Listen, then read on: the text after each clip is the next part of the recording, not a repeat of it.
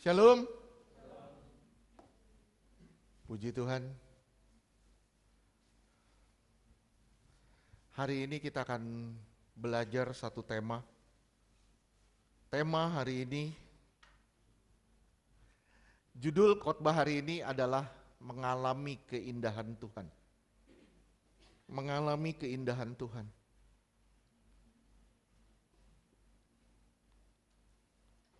Saya rindu semua bisa mendengar. Jujur, saya ngerasa sangat dipulihkan.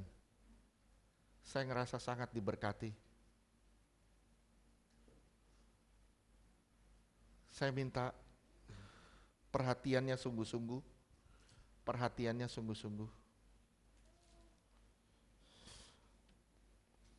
Saudaraku yang dikasihi Tuhan, beberapa hari lalu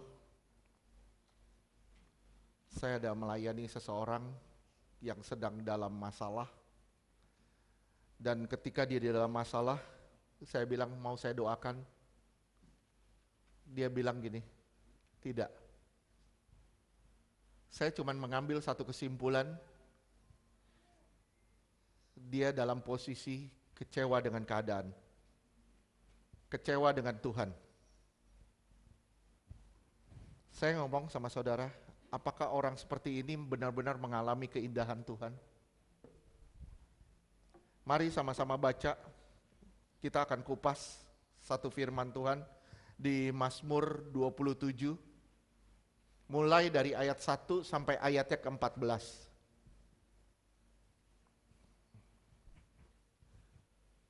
Mazmur 27 mulai dari ayat 1 sampai ayatnya ke-14. Mazmur 27 ayat 1. Tolong perhatikan. Dari Daud. Oke. Tuhan adalah terangku dan keselamatanku. Kepada siapakah aku harus takut? Tuhan adalah benteng hidupku, terhadap siapakah aku harus gemetar? Lihat. Kalau Tuhan itu keselamatan kita, kepada siapa kita harus takut? Kalau Tuhan itu adalah benteng kita, kepada siapa kita harus gemetar? Terus lanjutkan 2. Mazmur 27 ayat 2. Ketika penjahat-penjahat menyerang aku untuk memakan dagingku, yakni semua lawanku dan musuhku, mereka sendirilah yang tergelincir dan jatuh. Lihat, ini pertolongan Tuhan luar biasa. Terus Mazmur 27 ayat 3. Sekalipun tentara berkemah mengepung aku, tidak takut hatiku. Sekalipun timbul peperangan melawan aku, dalam hal itu pun aku tetap percaya. Oke. Ayat 4. Mazmur 27 ayat 4.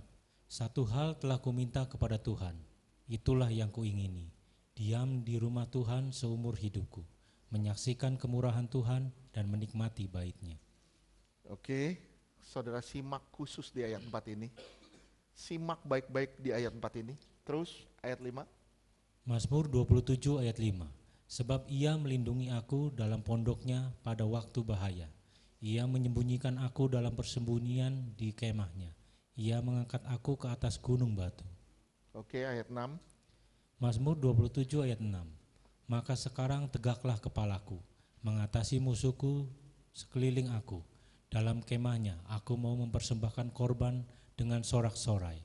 Aku mau menyanyi dan bermazmur bagi Tuhan. Oke, ayat 7. Mazmur 27 ayat 7. Dengarlah, Tuhan, seruan yang kusampaikan, kasihanilah aku dan jawablah aku. Ini baru sampai 7. Saudara ngelihat ini. Ini mazmur tentang pergumulan bukan? Ini mazmur tentang kesesakan bukan? Oke, tentang kesesakan ya. Saudara yang bilang tentang kesesakan. Oke, terus lanjutkan. 8. Mazmur 27 ayat 8. Hatiku mengikuti firman-Mu. Carilah wajahku, maka wajah-Mu kucari ya Tuhan. Lihat, carilah wajahku. Ini yang Tuhan yang ngomong. Maka wajah-Mu kucari. Kalau saudara gak mencari Tuhan, Tuhan gak mencari wajah saudara. Oke, terus ayat 9. Mazmur 27 ayat 9. Janganlah menyembunyikan wajah-Mu kepadaku. Janganlah menolak hamba-Mu ini dengan murka. Engkaulah pertolonganku, janganlah membuang aku dan janganlah meninggalkan aku, ya Allah penyelamatku. Lihat, Waduh, banyak sekali intrik di sini. Kalau saudara melihat, mungkin saudara bisa bilang serem sekali yang dialami Daud. Terus ayat 10. Mazmur 27 ayat 10. Sekalipun ayahku dan ibuku meninggalkan aku, namun Tuhan menyambut aku.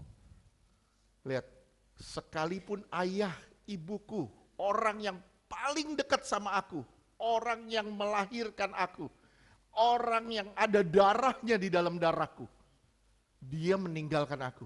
Tapi Tuhan tidak pernah akan meninggalkanmu.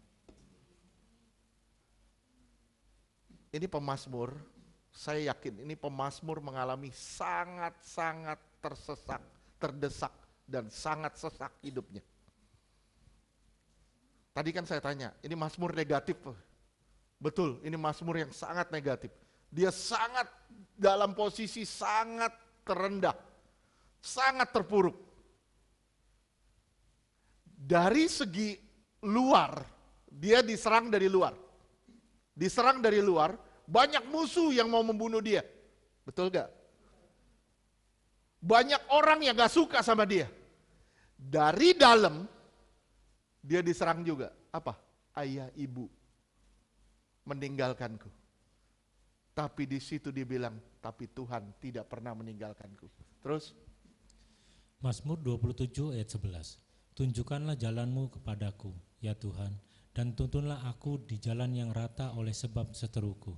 Lihat, tunjukkanlah jalanmu. Terus ayat 12. Mazmur 27 ayat 12. Janganlah menyerahkan aku kepada nafsu lawanku. Jangan serahin aku kepada nafsu lawanku. Orang-orang yang mau membunuh aku. Jangan serahin aku ke situ. Ini jelas dia dalam posisi terjepit, dalam posisi sesak banget. Saudara, pernah gak ngalamin posisi yang sangat terjepit, sangat sesak? Rasanya susah, gak ada jalan keluar sama sekali. Terus lanjutkan. Sebab telah bangkit menyerang aku saksi-saksi dusta dan orang-orang yang bernafaskan kelaliman. Lihat, menyerang aku. Jadi saat itu dia lagi diserang mati-matian sama orang. Terus 13. Mazmur 27 ayat 13. Sesungguhnya aku percaya akan melihat kebaikan Tuhan di negeri orang-orang yang hidup. Aku pasti akan ngelihat kebaikan Tuhan di negeri orang hidup. Terus Mazmur 27 ayat 14. Nantikanlah Tuhan dan kuatlah dan teguhkanlah hatimu, ya nantikanlah Tuhan. Oke. Ini firman yang ditulis dalam masa gelap. Tapi saudara lihat ayatnya keempat. Saya bilang kita fokusin di ayat 4. Satu hal telah kau minta kepada Tuhan. Itulah yang kuingini. Diam di rumah Tuhan seumur hidupku. Dan menyaksikan kemurahan Tuhan dan menikmati baitnya. Saudara coba lihat di bahasa Inggris. Kemurahan, saudara lihat ya, kemurahan. Diterjemahkan apa? Ini pakai bahasa Ibrani Noam. Noam. Noam yang artinya beauty of the Lord. The beauty of the Lord. Mengalami keindahan Tuhan. The beauty of the Lord. Menyaksikan keindahan Tuhan. Kapan saudara menyaksikan keindahan Tuhan? Kapan saudara menyaksikan keindahan Tuhan? Ayo jawab. Saudara lihat dari ayat 2, saudara lihat ayat 3, dan saudara lihat ayat 10. Ya, 2. Ketika penjahat menyerang aku untuk memakan dagingku, terus ya. Yakni semua lawanku dan musuhku, mereka sendirilah yang tergelincir dan jatuh. Ayat 3. Mazmur 27 ayat 3. Sekalipun tentara berkemah mengepung aku, tidak takut hatiku. Sekalipun timbul peperangan melawan aku, dalam hal itu pun aku tetap percaya. Ayat 10, tadi kita udah baca. Mazmur 27 ayat 10. Sekalipun ayah dan ibuku meninggalkan aku, namun Tuhan menyambut aku. Saya tanya sama saudara, kapan Daud memandang keindahan Tuhan?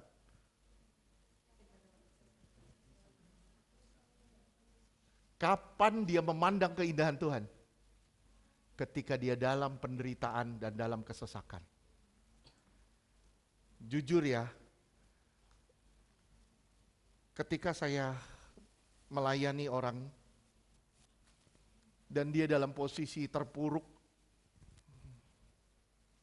saudara tahu apa yang terjadi? Dia bilang nggak mau didoain. Kenapa ini terjadi? Karena dia kecewa. Di posisi terendah, di posisi terendah, bisakah saudara melihat keindahan Tuhan? Bisa nggak saudara ngelihat keindahan Tuhan? Saat kelam hidup kita, saat banyak masalah, bahkan orang terdekat sekalipun tinggalin kita. Masalah dari luar, masalah dari dalam. Bisa gak saudara melihat keindahan Tuhan di situ? Saudara mungkin pada saat khotbah ini saudara bilang, bisa. Coba saudara alami. Mau ngalamin gak? Mau ngalamin nggak? Nggak kan? Nggak kan? Padahal di situ kalau saudara akan lihat keindahan Tuhan. Waduh, nggak gampang loh melihat keindahan Tuhan di situ. Mengapa banyak orang Kristen kecewa dengan Tuhan dan tidak dapat melihat keindahan Tuhan? Kenapa? Kenapa banyak orang Kristen kecewa sama Tuhan dan nggak pernah lihat keindahan Tuhan? Kenapa? Karena nggak kenal dengan Tuhan.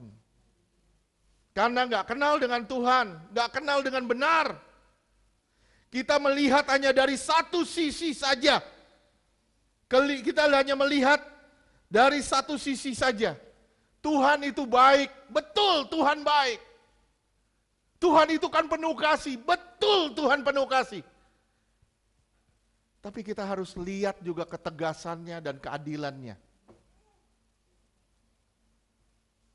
Kalau Tuhan baik, kenapa saya harus ngalamin begini? Kenapa hidup saya susah? Kalau Tuhan baik. Saya cuma bilang sama saudara, kalau Tuhan itu pasti baik. Tapi kita selalu melanggar keadilannya. Dan kita melanggar kesetiaannya. Di situ yang membuat kita terpuruk.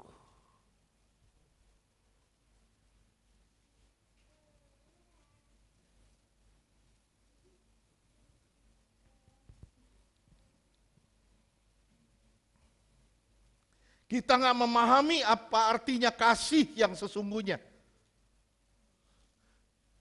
Saudara harus tahu, kasih itu harus disertai dengan kebenaran dan keadilan. Kasih tanpa kebenaran, kasih tanpa keadilan, itu kasih palsu. Ngerti tidak sih? Sekarang lihat Wahyu 1 ayat 14 dan 16.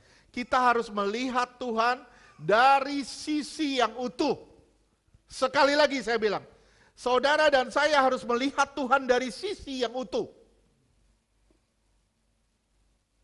Ketika saudara dalam posisi terendah, ketika saudara ditinggalkan orang-orang, ketika saudara merasa tidak ada lagi yang peduli sama saudara. Di situ sebenarnya Tuhan lagi menyatakan diri, lu harus lihat keindahanku. Tapi kita nggak ngelihat keindahan Tuhan. Kenapa? Karena kita selalu ngelihatnya pada masalahnya. Kita nggak pernah ngelihat the beauty of the Lord. Tuhan itu begitu indah. Wahyu 1 ayat 14-15. Wahyu 1 ayat 14. Kepala dan rambutnya putih bagaikan bulu yang putih meta, dan matanya bagaikan nyala api. Iya, terus. Wahyu 1 ayat 15. Dan kakinya Nah, mengkilap. dari atas sampai ke pinggang, itu terang. Penuh kemuliaan, itu kasihnya. Tapi lihat di situ. Dan kakinya mengkilap bagaikan tembaga membara di dalam perapian. Nah, kakinya itu penghukuman. Saudara melihat di sini, itu kasihnya luar biasa. Saudara ngelihat di sini, itu penghukumannya juga luar biasa. Kita nggak boleh melihat Tuhan dari sisi satu saja. Saudara harus melihat Tuhan dari sisi yang utuh. Oke? Saudara ngelihat cowok misalnya. Wih, cowok ini ganteng banget loh. Cowok ganteng banget. Wah, keren banget nih cowok. Saudara hampirin. Begitu saudara hampirin, ternyata orangnya bijaksana. Ngomongnya bijak, ini, ngomong bijak. Begitu saudara masuk lebih dalam, saudara akan melihat kekurangan demi kekurangan. Tapi sama Tuhan beda. Saudara melihat dia penuh kasih. Dan kasihnya membawa dan menuntun saudara pada keadilannya. Kasihnya membawa dan menuntun saudara pada keadilannya. Dan begitu saudara mengikuti kasihnya, mengikuti keadilannya, setia di dalam Tuhan, saudara akan melihat keindahannya. Dan itu gak bisa dipungkirin. Saudara pasti melihat keindahannya. Jujur ya, jujur. Saya nyusun khotbah ini, saya merasa, jujur, saya boleh ngomong sama saudara, saya fair aja deh. Saya nyusun khotbah ini, saya ngerasa, saya ini hampir tenggelam. Saya butuh pertolongan. Kenapa? Karena seringkali kita melihat Tuhan begitu indah, begitu baik pada saat semuanya serba baik. Tapi begitu kita nggak punya apa-apa, begitu kita buka dompet kita bilang, ya kosong. Anda belum beruntung. Begitu kita buka dompet kita bilang, Anda belum beruntung. Coba lihat apa yang terjadi. Kita bilang, Tuhan di mana engkau? Sampai dompetku kosong begini, engkau gak peduli. Saya bilang, inikah kekristenan? Saudara boleh ketawa, inikah kebenaran? Di mana saudara melihat keindahan Tuhan?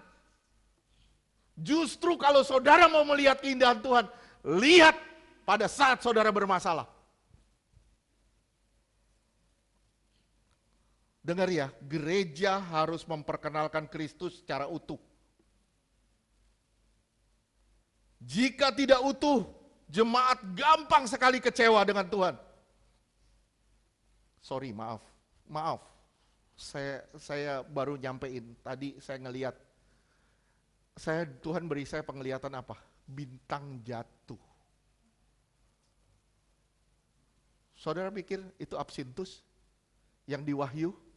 Bukan, tapi orang-orang yang tadinya bersinar, orang-orang yang benar di dalam Tuhan, orang-orang yang benar-benar tadinya percaya sama Tuhan, ini akan mengalami kejatuhan demi kejatuhan. Begitu bintang itu jatuh, bintangnya kan jadi gelap. Betul gak? Betul ya? Betul. Bintang itu kan memancarkan sinar dari matahari. Begitu dia jatuh, dia gelap. Ini akan terjadi di tahun depan. Saya bukan nakutin. Makanya Tuhan tadi ngomong apa? Saudara harus dekat-dekat sama Tuhan. Kenapa? Akan banyak masalah di tahun depan yang membuat banyak orang percaya roboh imannya. Saya ulang, akan banyak masalah yang membuat orang-orang yang tadinya percaya runtuh imannya. Pak, inikah hamba-hamba Tuhan besar? Saya nggak bilang gitu. Nggak peduli mau dia besar, mau dia kecil. Dia bintang yang bersinar. Mau saudara nggak dikenal orang, mau saudara dikenal orang, saudara adalah bintang yang bersinar. Ngerti gak sih? Bukan cuma orang yang terkenal, namanya terkenal, itu yang bersinar. Salah. Ingat hari Jumat, yang ikut hari Jumat, Tuhan bilang apa? Tuhan memanggil kita sebagai gereja, walaupun kita nggak dikenal orang. Tapi Tuhan memanggil kita untuk menjadi berkat bagi banyak orang. Ingat hari Jumat, Tuhan bilang, seperti aku lahir di kandang yang tidak dilihat orang. Tapi aku membawa keselamatan bagi banyak orang. Begitupun engkau dipanggil. Ngerti gak sih? Biar yang bertelinga mendengar. Saya berharap saudara nyimak ini. Ya. Jatuh dalam hal apa? Sebagian besar, gampang sekali orang-orang yang percaya itu paling gampang dijatuhkan oleh masalah dan kesombongan. Dua ini. Begitu sombong mulai masuk, nggak bisa ditegur. Begitu sombong mulai masuk, nggak ada yang namanya perubahan dalam diri dia. Kedua, begitu masalah masuk, imannya pasti kelihatan di situ. Berkualitas atau tidak. Terus kita lanjutkan. Gereja harus perkenalkan Kristus secara utuh. Jika tidak, jemaat bisa kecewa dengan Tuhan. Gereja tidak boleh ajar jemaat dengan semua yang nampaknya manis. Kelihatannya semua serba manis. Saudara tahu, begitu saudara makan semua yang manis, apa yang terjadi? Rohanimu akan sakit. Gereja harus mengajarkan yang benar. Teguran-teguran, didikan, pembentukan. Kenapa? Karena saudara ini saya ibaratkan saudara adalah laskar. Saudara adalah laskar. Kalau saudara adalah laskar, saudara harus dididik gak? Dididiknya gimana caranya? Gimana teknik berperang, gimana caranya saudara bertempur di dalam medan pertempuran. Contohnya aja, kalau saudara adalah marketing, saudara masuk melamar sebagai seorang marketing, saudara harus sebelum masuk, saudara bikin apa? Seminar dulu kan? Memperkenalkan produk segala macam, supaya begitu saudara berhadapan dengan orang, lu jual apa? Jual kacang katanya. Kacang lu kayak apa? Kita gak bisa jawab. Kenapa? Apa kelebihannya kacang kita yang kita jual dengan kacang orang lain? Kita gak bisa jawab. Kita harus dididik dulu di situ. Faham gak sih? Gereja harus mengajarkan kebenaran yang utuh supaya jemaat kuat, sehat, dan bisa berdiri di dalam kebenaran. Roma 16 ayat 17 dan 18. Roma 16 ayat 17. Tetapi aku menasihatkan kamu, saudara-saudara, supaya kamu waspada terhadap mereka yang bertentangan dengan pengajaran yang telah kamu terima, menimbulkan perpecahan dan godaan, sebab itu hindarilah mereka. Ya, terus hati-hati dengan pengajaran. Kenapa? Karena pengajaran menentukan juga keselamatan. Saya ulang sekali lagi, pengajaran akan menentukan keselamatan. Terus? Roma 16 ayat 18. Sebab orang-orang demikian tidak melayani Kristus, Tuhan kita, tetapi melayani perut mereka sendiri, dan dengan kata-kata mereka yang muluk-muluk dan bahasa mereka yang manis, mereka menipu orang-orang yang tulus hatinya. Lihat, bahasanya muluk-muluk, bahasanya manis-manis, akhirnya jemaat semua kena diabetes. Sakit rohani, saya bilang sakit rohani. Kenapa? Karena diajarkan semua yang serba enak, serba baik. Nggak pernah dibentuk menjadi laskar yang sempurna. Ini yang Tuhan mau sebenarnya, membentuk jemaat menjadi laskar yang sempurna. Dengar ya saudara, merasakan keindahan Tuhan bukan hanya saat semua serba baik, tapi justru di peristiwa keterpurukan. Jika tidak, kita jadi Kristen gulali. Kristen gulali tahu gak? Kristen gulali, disemutin nanti kamu. Nggak sehat kamu, Kristen gulali itu. Nggak sehat, kamu akan disemutin. Kamu akan banyak masalah deh, pokoknya. Tapi kalau saudara benar-benar belajar kebenaran, saudara akan menjadi Kristen yang tangguh. Kristen gulali tidak bisa tahan dengan banyaknya air. Saudara lihat ya gulali ya. Gulali menggembung kan, gede kan. Saudara cemplungin di air gimana? Kecil ya. Saudara tahu gula gak? Gula. Ya, tahu ya, gula ya. Saudara tahu ditaruh di teh. Jadi teh manis kan. Saudara tambahin air, tambahin air, tambahin air, tambahin air. Lama-lama tawar loh. Semakin banyak masalah, semakin tawar saudara. Ngerti gak sih? Soalnya saya nggak ngerti, muka saudara ngerti apa enggak.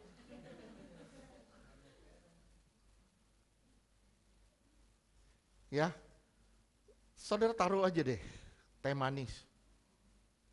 Saudara tambahin air, tambahin air, tambahin air terus. Lama-lama tawar. Banyak masalah, tambahin masalah, tambahin masalah, tambahin masalah, tambahin masalah. Lama-lama tawar. Oke? Ini bahaya. Ini bahaya. Memandang keindahan Tuhan artinya memandang wajahnya. Memandang wajahnya. Sekarang lihat, Mazmur 16 ayatnya ke-11. Mazmur 16 ayat 11. Engkau memberitahukan kepadaku jalan kehidupan. Di hadapanmu ada sukacita berlimpah-limpah, di tangan kananmu ada nikmat senantiasa. Di hadapanmu, saudara lihat di hadapanmu. Ini di hadapanmu pakai kata panim. Panim, biasa ya, P-A-N-I-M. Yang artinya bukan di hadapanmu, tapi di wajahmu. Face, muka. Face, wajah. Jadi gini, kalau kita bilang di hadapan atau di hadirat, saudara bisa nggak datang ke sini? Datang, saudara ada di sini? Ada, tapi belum tentu saudara mau lihat muka saya. Banyak orang datang di hadirat Tuhan, tapi nggak banyak yang mau melihat wajah Tuhan. Tapi di situ dibilang, ketika saudara melihat wajah Tuhan, kamu penuh dengan sukacita. Lihat bahasa Inggrisnya.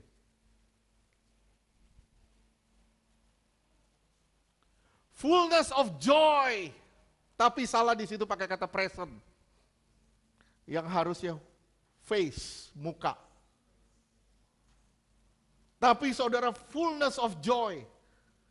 Kalau dalam kebiasaan orang Yahudi, gini, ruang Maha Kudus diterjemahkan apa? Holy of Holiness. Ya, jadi ada pengulangan. Ya, Holy of Holies. Ada pengulangan. Terus Joy of Joys. Nah, itu pengulangan yang artinya sukacitanya itu excellent, sempurna. Sukacitanya itu excellent, sempurna. Di hadapan itu memandang wajah.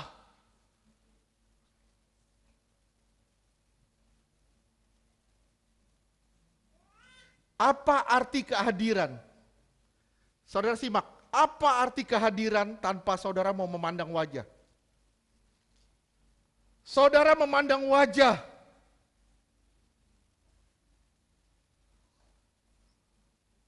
Tapi saudara memandang wajah, saudara akan mengalami atau mengenal lebih personal. Ketika saudara memandang wajah, saudara akan memahami dan mengenal lebih personal. Paham nggak? Ya, lihat. Makanya saya bilang kalau salaman tuh begini. Jangan begini.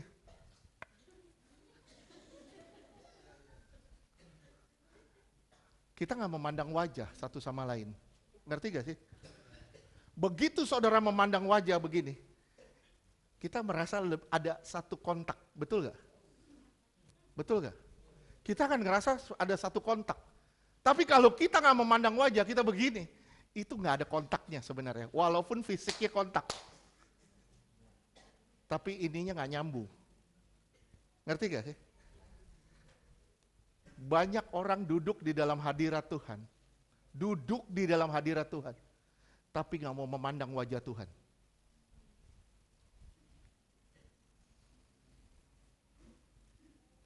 Sekali lagi saya ulang. Banyak orang duduk di dalam hadirat Tuhan. Tapi gak mau memandang wajah Tuhan. Ini masalah fatal.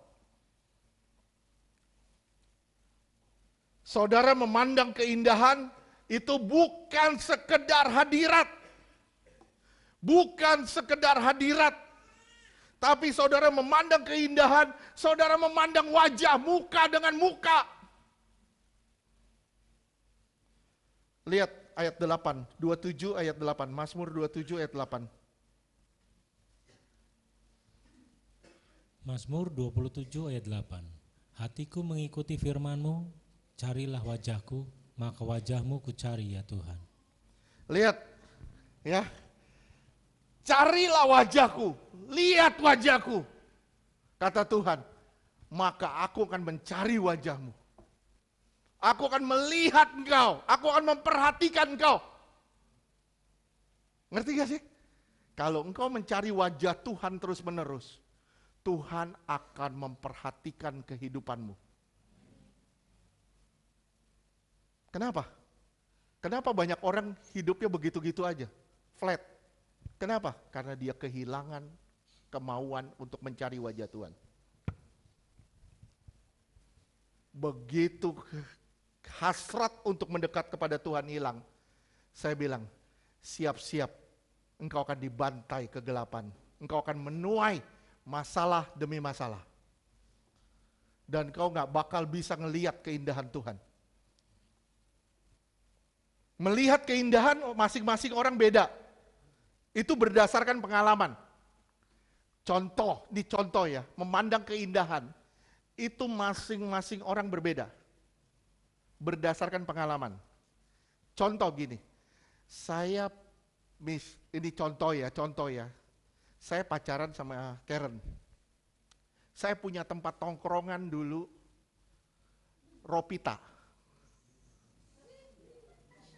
Saya pernah punya tongkrongan dulu Ropita. Sampai dia bilang, lu pacaran bayarin gue Ropita mulu. Saya punya tongkrongan dulu Ropita sama Karen di Kelapa Gading. Bagi orang mungkin itu biasa. Betul? Ngerti gak? Saya minta saudara ngerti ini. Bagi orang itu biasa. Tapi bagi saya itu luar biasa. Tempat itu luar biasa. Ngerti ya? Ada tempat misalnya di puncak. Tempatnya misalnya pakai gedek, cuman pakai bambu-bambu, gubuk. Tapi di situ ada orang menyatakan cinta sama pasangannya. Bagi orang, jelek, makan di situ nggak enak tempatnya. Tapi bagi dia itu indah banget. Beda, berdasarkan pengalaman. Ngerti nggak? Ngerti. Kalau saudara punya pengalaman dengan Tuhan, saudara akan lihat keindahan Tuhan di situ. Saya berharap saudara bisa ngerti ini. Kalau saudara punya pengalaman dengan Tuhan, saudara akan melihat Tuhan sebagai sesuatu yang indah luar biasa.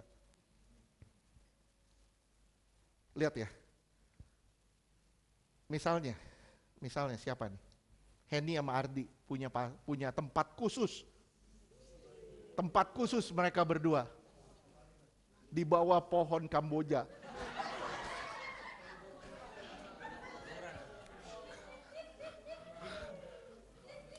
Misalnya tempat khususnya itu.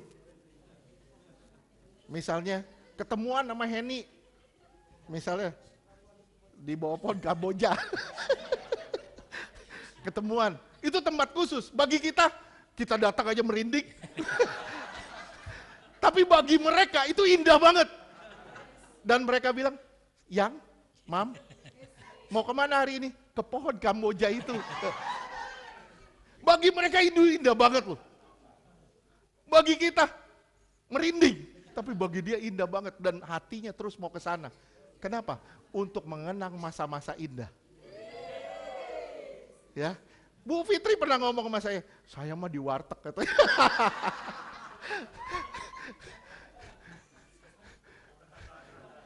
Ingat Bu, ibu ngomong sekali langsung saya nancep gitu.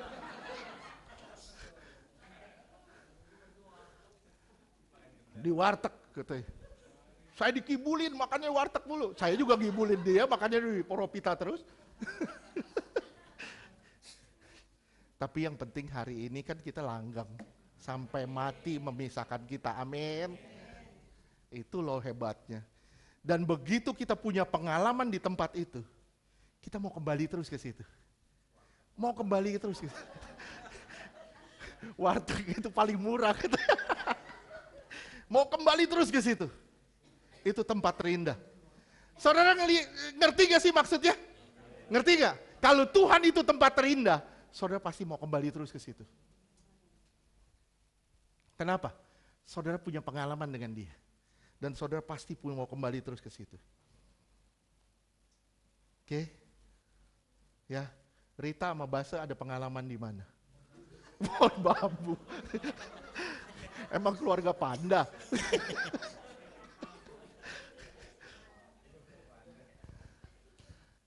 Soroya sama Ken punya pengalaman sendiri. Pasti semua punya pengalaman. Di mana tempat yang paling indah, di situ kita mau balik terus.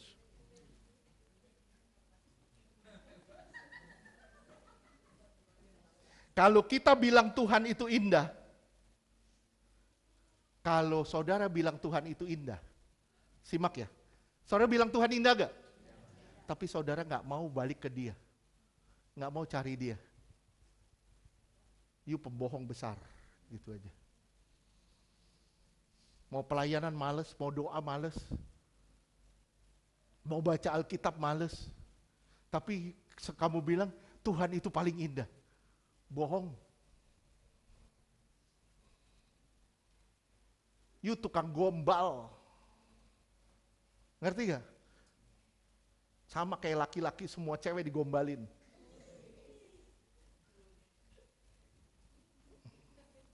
Omongannya gak bisa dipegang. Seperti omongannya, orangnya pun gak bisa dipegang.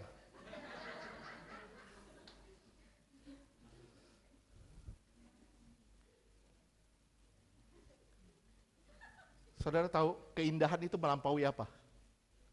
Keindahan melampaui apa? Keindahan itu melampaui manfaat. Nah kebetulan nih, saya kasih contoh nih JJ nih. JJ bermanfaat gak? Bermanfaat. Bagi kamu indah gak? Indah. Bermanfaat gak? Bisa cuci piring gak? Hah? Belum kan? Bisa nyapu gak? Belum. Bisanya apa? Nyusu, pup, pipis, makan. Ya. Oke. Jadi bermanfaat gak? Sebenarnya belum bermanfaat. Betul gak? Kita ngomong fair aja, sebenarnya belum bermanfaat, betul gak? Karena dia tidak bisa melakukan apa-apa. Betul? Tapi bagi Basa dan Rita, anak itu indah. Ngerti gak sih? Jadi keindahan itu melampaui manfaat sebenarnya. Kita bilang Tuhan indah. Kita gak pusing dengan apa yang Tuhan akan beri. Dia tetap indah. Walaupun dia gak beri. Ngerti ya? Contoh lain. Saya punya anjing namanya Nonis. Udah tahu semua. Ya. Lihat, hidungnya pink, bibirnya begitu, terus giginya keluar dikit. Bener, dia nggak bisa bikin apa-apa. Dia cuma bisa pipis sembarangan, pup sembarangan. Tapi bagi kita berdua, dia indah.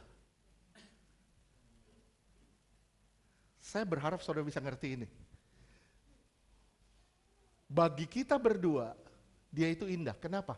Karena dia sudah mengisi hidup kita. Ngerti gak?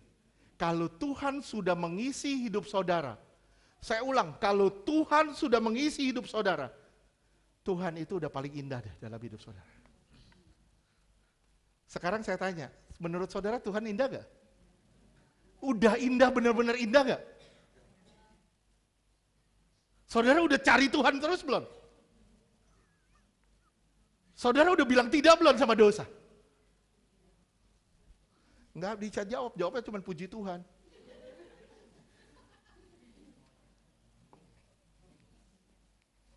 Keindahan itu bergantung dari sesuatu yang telah mengisi hati kita. Entah itu berguna, menguntungkan atau tidak. Tapi dia sudah ngisi hidup kita. Walaupun anak kecil itu belum bisa bikin apa-apa, tapi dia udah ngisi hatinya Base dan juga Rita. Dia itu indah. Kalau Tuhan, kita bilang Tuhan kok gak beri doa saya, Tuhan gak jawab doa saya. Tuhan tetap indah. Kenapa? Karena Tuhan sudah mengisi hidup kita sepenuhnya. Jadi keindahan itu lepas dari manfaat, bermanfaat atau tidak.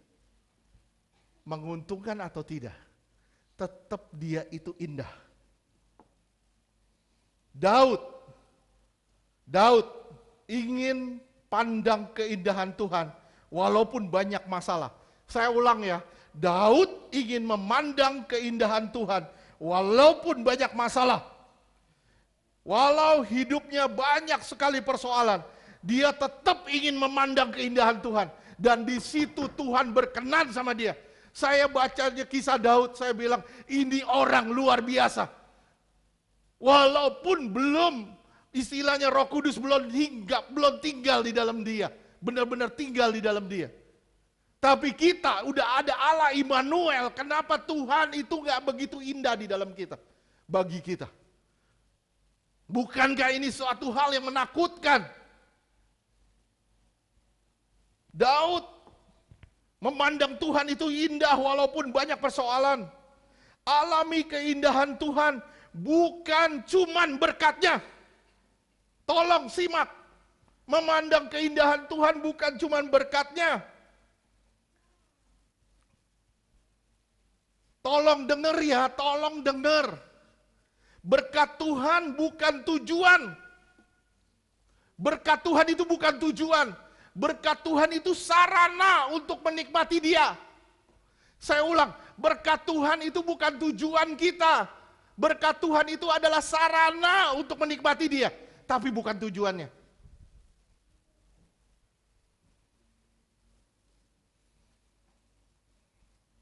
Kita dapat menikmati Dia. Kita, saudara dan saya, dapat menikmati Tuhan terlepas dari semua berkat-Nya. Amin gak sih? Saya ulang, saudara tetap bisa menikmati Tuhan terlepas dari semua berkat-Nya.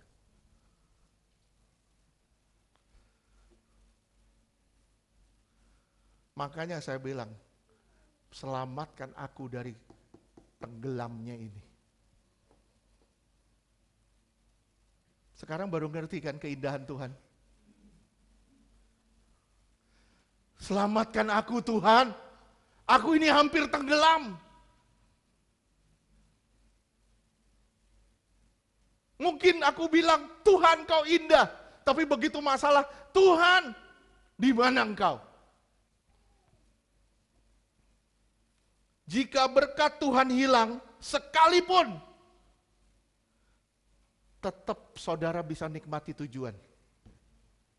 Saya ulang, biarpun berkatnya hilang sekalipun, tetap saudara bisa menikmati tujuan. Coba lihat Mazmur 73 ayatnya ke-26. Mazmur 73 ayat 26. Waduh, saudara baca ini, saudara bilang, kita jauh dari seorang Daud. Sekalipun dagingku dan hatiku habis lenyap, gunung batuku dan bagianku tetaplah Allah selama-lamanya.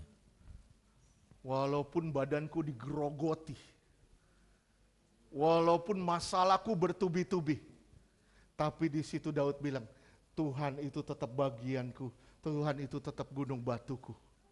Aku gak pusing dengan masalah-masalahku, aku gak pusing dengan penyakitku.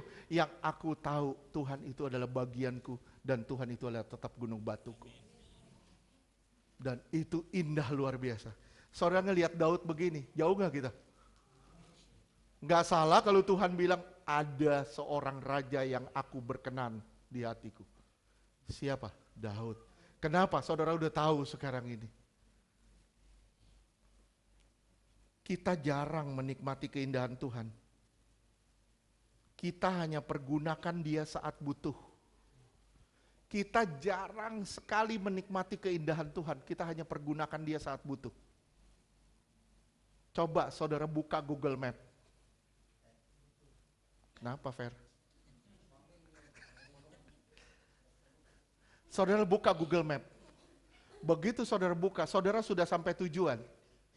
Saudara bikin apa? Diamin? Akan ngomong terus dia, Anda sudah sampai, Anda sudah sampai, Anda sudah sampai. Saudara diamin terus. Begitu sudah sampai tujuan, kita matiin. Kita hanya butuh dia pada saat kita membutuhkan. Begitu masalah, kita cari Tuhan. Begitu kita gak ada masalah, kita cari masalah, bukan cari Tuhan. Keindahan Tuhan, saudara boleh lihat, keindahan Tuhan juga terdapat di Yesaya 33 ayat 17. Yesaya 33 ayat 17. Engkau akan memandang raja dalam semaraknya. Aku melihat negeri yang terbentang jauh. Engkau akan memandang wajah raja dalam semerebaknya. Semaraknya. Terus bahasa Inggris. Semarak.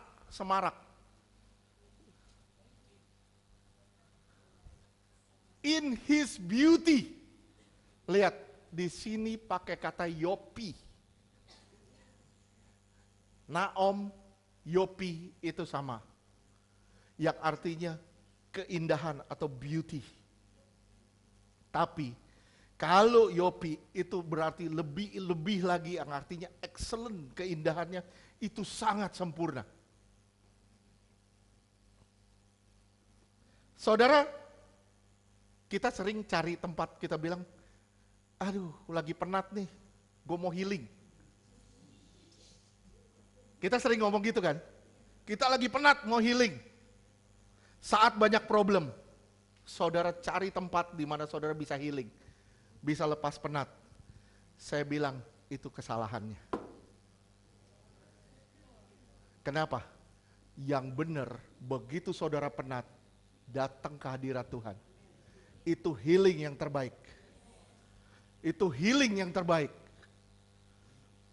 Saudara lihat suasana baru, lihat gunung-gunung, lihat yang hijau-hijau.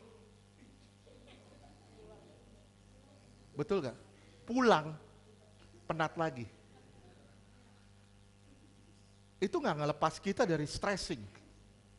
Betul gak? Itu cuman mengalihkan kita dari stres kita.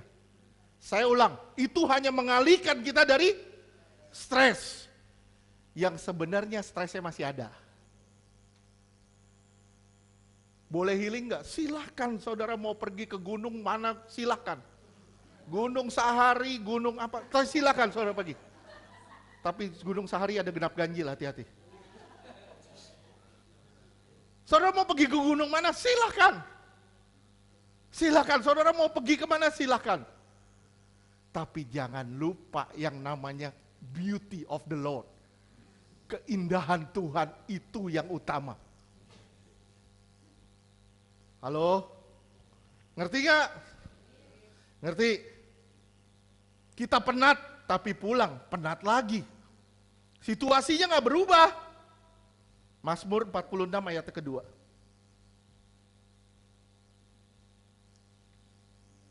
Mazmur 46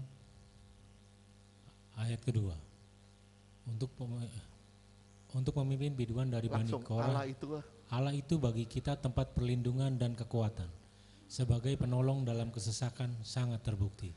Saat saudara penat, di sini dibilang perlindungan dan kekuatan sebagai penolong dan dalam kesesakan dan sangat terbukti. Saudara pergi ke puncak, terbukti nggak hilang penat saudara? Sampai di puncak penat lagi, kenapa? Bini minta makan yang mahal. Suami minta makan yang mahal, penat lagi, aduh, habis duit gue. Sampai di tujuan penat lagi. Kenapa? Karena itu hanya melepas sementara. Begitu pulang, udah gak ada duit, penat lagi. Dulu saya pernah ada ngalamin pernah ngelihat satu, itu ada balon udara dulu, ingat ada di Sentul ya. Ya, satu kali naik, itu 900.000. Satu kali naik, balon udara. Begitu dia naik, itu 900.000. Saya bilang, gua naik di situ, turun miskin kita.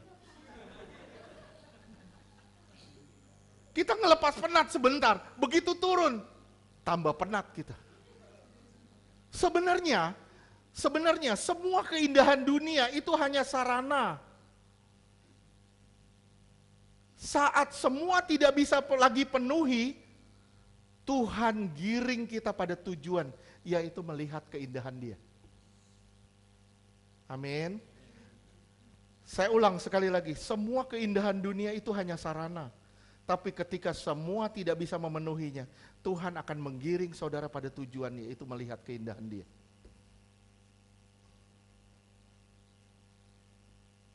Oke, sampai sini ngerti? Saudara lihat ya, Paulus kenapa dapat memuji Tuhan di dalam penjara? Paulus kenapa dapat mengucap syukur dalam segala hal? Paulus kenapa bisa memuji Tuhan pada saat dia dianiaya? Kenapa? Karena dia mengalami the beauty of the Lord. Jangan pernah ngomong, saya bisa bersyukur dalam segala hal. Kalau saudara belum menjadikan Tuhan, itu sesuatu yang paling indah dalam hidup saudara. Nggak salah kalau saya bilang, selamatkan aku dari tenggelam ini.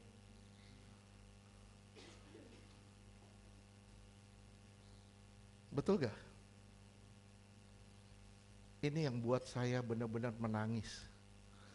Saya baca jurnal dari Alan Gardiner. Saya baca jurnalnya. Mati ini, saya perlu.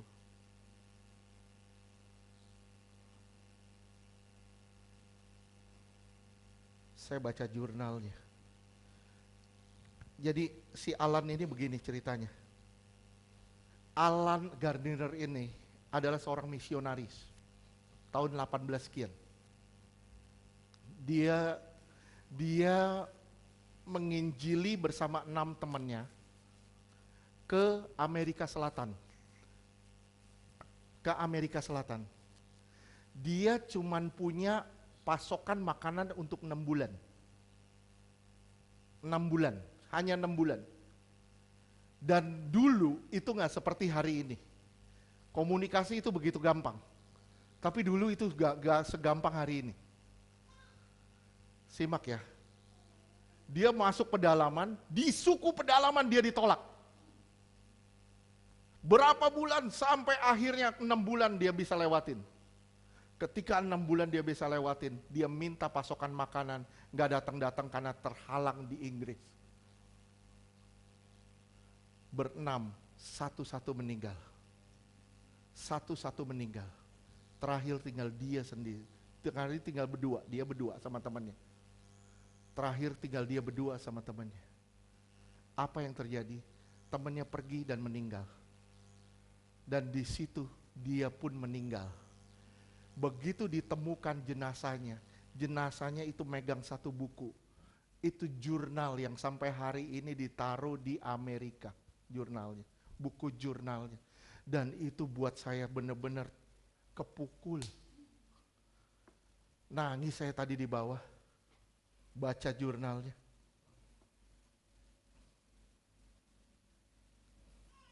Dia bilang gini,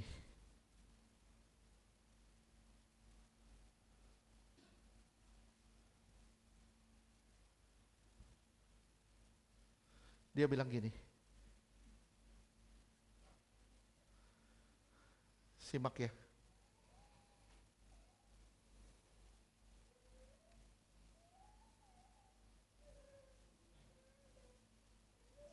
Dia bilang gini,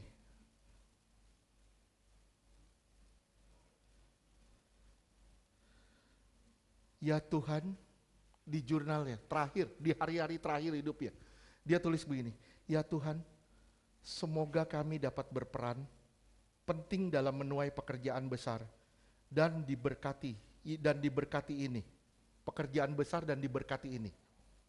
Tetapi jika Engkau menganggap perlu dalam pemeliharaanmu untuk melindungi jalan kami, dan bahwa kami bahkan harus merana dan mati di sini, aku mohon kepadamu untuk membangkitkan orang lain dan mengirim pekerja ke dalam panen ini.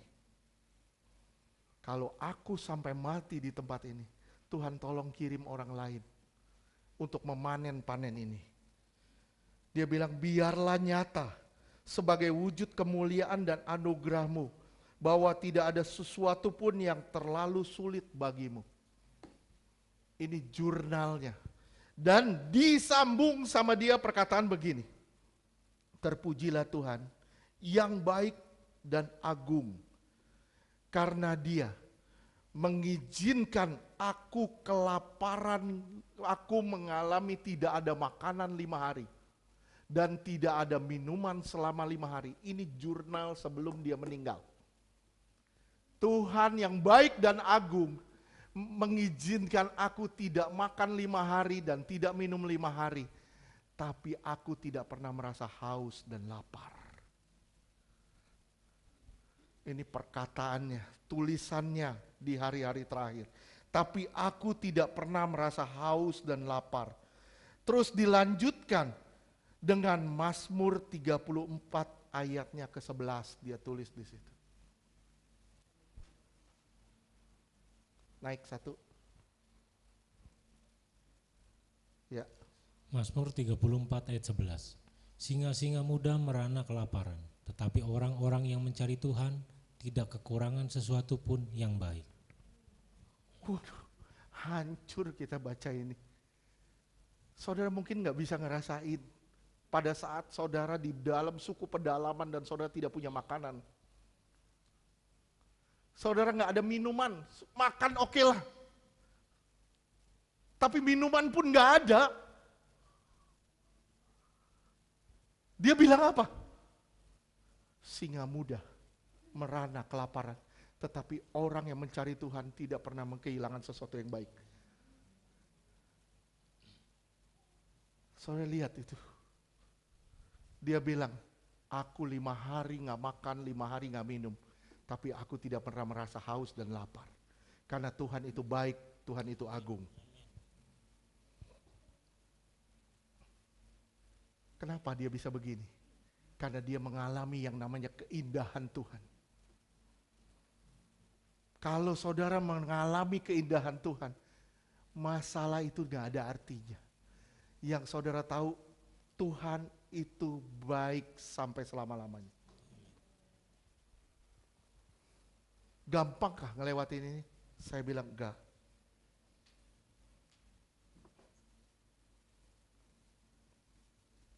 Dia dapat yang terbaik dari hidupnya. Dia dapat yang terbaik dari hidupnya. Apa? Tuhan sendiri. Pertanyaan saya, saudara udah sampai ke tingkat mana?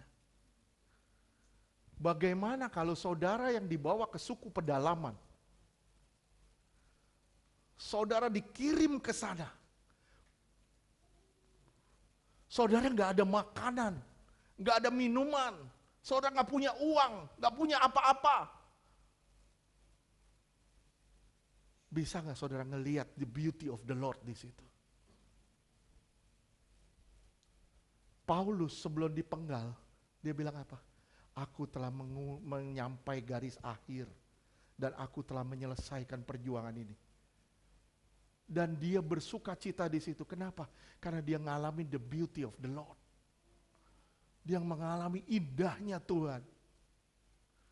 Indahnya Tuhan itu tidak dipengaruhi dengan apa yang kita makan dan apa yang kita minum dan apa yang kita punya. Keindahan Tuhan hanya dipengaruhi oleh apa adanya Tuhan di situ.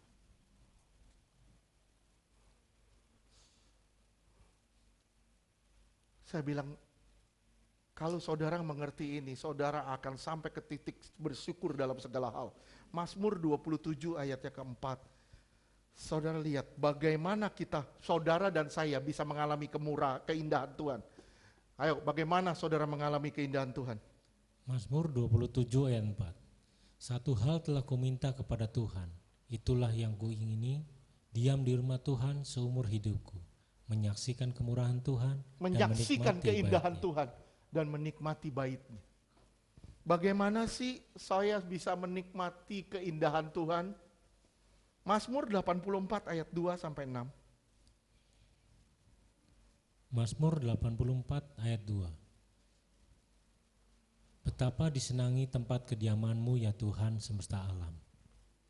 Mazmur, Saudara lihat, ada hal yang sama di sini. Apa? Bait dan kediaman. Oke, terus bagaimana caranya saudara menikmati keindahan Tuhan? Saudara akan ketemu di sini. Mazmur 84 ayat 3. Jiwaku hancur karena merindukan pelataran-pelataran Tuhan. Hatiku dan dagingku bersorak-sorai kepada Allah yang hidup. Jiwaku hancur. Aku merindukan Tuhan sedemikian rupa. Terus, Mazmur 84 ayat 4. Bahkan burung pipit telah mendapatkan sebuah rumah dan burung layang-layang sebuah sarang. burung aja punya tempat. Terus, Tempat menaruh anak-anaknya. Pada mezbah-mezbahmu, ya Tuhan semesta alam, ya Rajaku dan Allahku. iya, aku ini seperti burung itu tidak ada harganya, tapi aku bisa meletakkan diriku di atas mezbahmu. Mazmur Terus? 84 ayat 5. Berbahagialah orang-orang yang diam di rumahmu, Diulang lagi, berbahagialah orang yang diam di rumahmu. Terus, yang terus-menerus memuji-muji Engkau. ayat terakhir.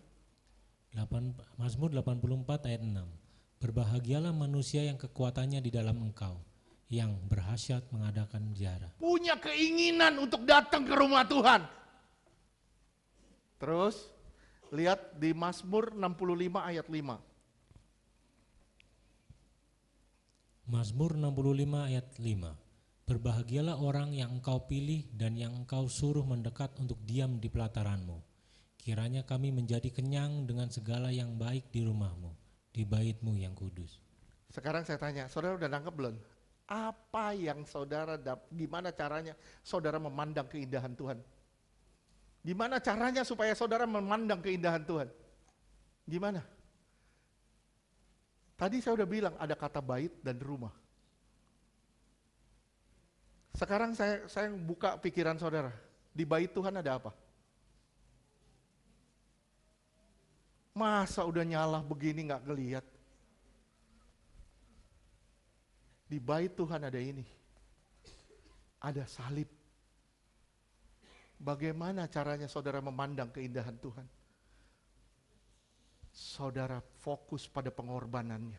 Saudara lihat apa yang Tuhan telah kerjakan bagi hidup saudara.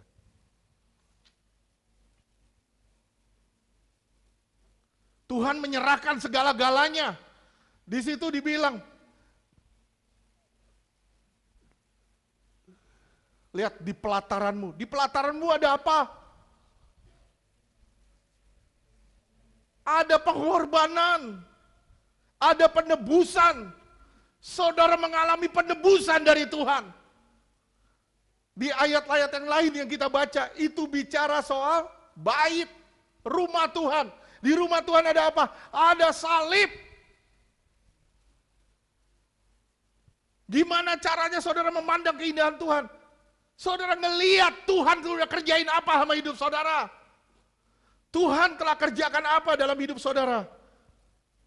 Sekarang saudara lihat bagaimana Tuhan secara fisik. Yesaya 53 ayat 3.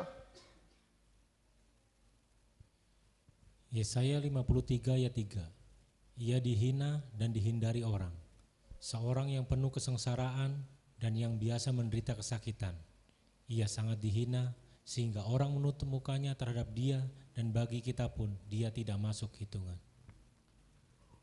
Dia nggak ada keelokan. Coba saudara lihat di ayat sebelumnya. Ayat 2.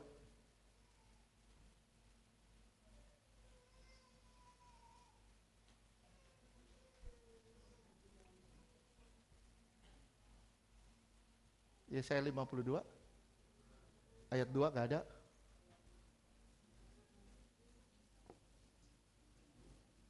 Oke. Ayat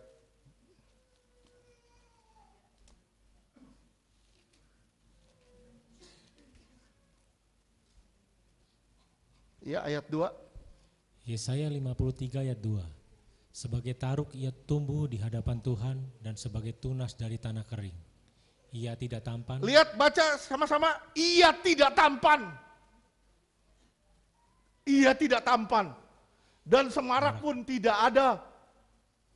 Sehingga kita memandang dia. Supaya kita memandang dia. Supaya kita tertarik sama dia. Rupa pun tidak. Sehingga kita tidak mengingininya.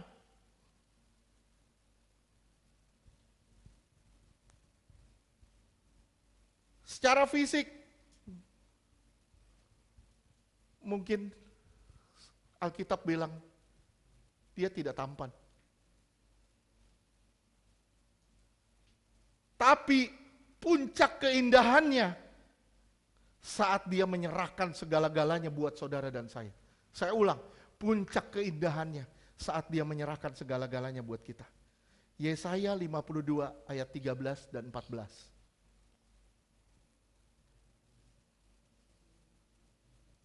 Yesaya 52 ayat 13. Sesungguhnya hambaku akan berhasil. Ia akan ditinggikan, disanjung, dia akan berhasil, dia ditinggikan dan dimuliakan. Terus. Yesaya 52 ayat 14. Seperti banyak orang akan tertegun melihat dia. Begitu buruk rupanya, bukan seperti manusia lagi, dan tampaknya bukan seperti anak manusia lagi. Kenapa ayat ini ditulis? Karena dia dihantam kiri kanan. Dia digebukin. Hancur mukanya. Firman Tuhan bilang janggutnya aja ditarik. Dipukulin. Ada mahkota duri di kepalanya, bengkak pasti.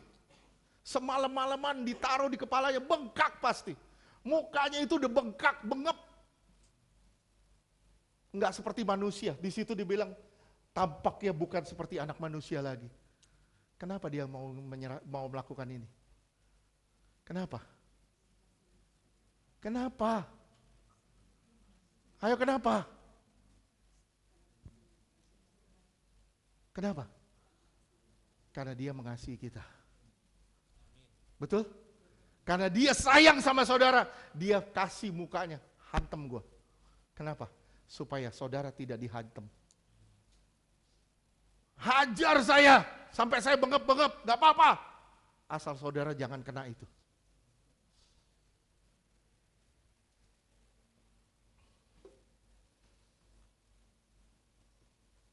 Dia ambil hukuman yang seharusnya jatuh pada kita. Sekali lagi dia ambil hukuman yang seharusnya jatuh pada kita. Kita manusia celaka. Kita manusia yang celaka, tapi dia ambil celakanya itu dalam diri dia. Dan disitulah letak keindahannya. Di situ letak keindahannya. Saya tanya sama saudara, apa saudara menyadari hal ini? Sadar gak saudara akan hal ini?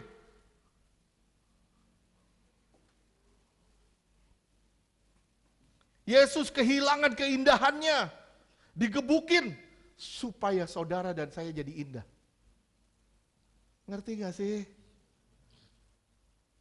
Dia digebukin loh. Supaya apa? Supaya saudara jadi indah. Dia digebukin supaya saudara gak digebukin. Dia dipermalukan supaya saudara jangan dipermalukan. Tapi saudara harus cari wajah dia.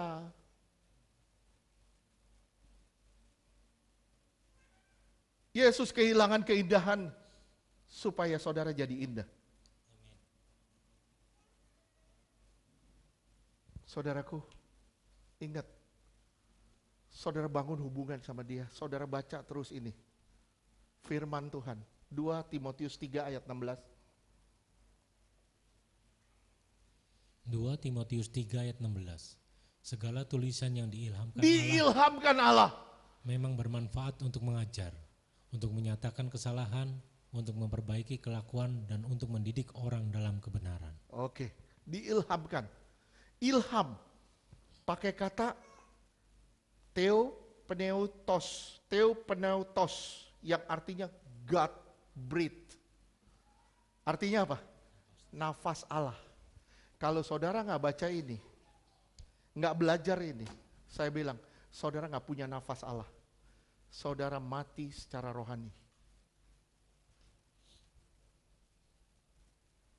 Walaupun hari ini engkau masih hidup, masih bernafas, tapi sesungguhnya kalau saudara nggak belajar ini, nggak ada nafas Allah di dalam saudara, dan saudara dinyatakan mati secara rohani.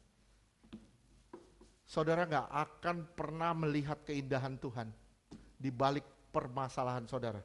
Saudara nggak pernah bakal bisa mengucap syukur dalam segala hal kalau saudara nggak punya nafas Allah. Bagaimana caranya saudara bisa bersekutu dengan dia di dalam keadaan sulit sekalipun.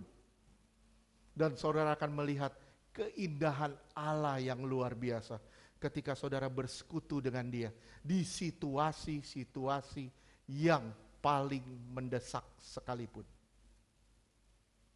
Amin.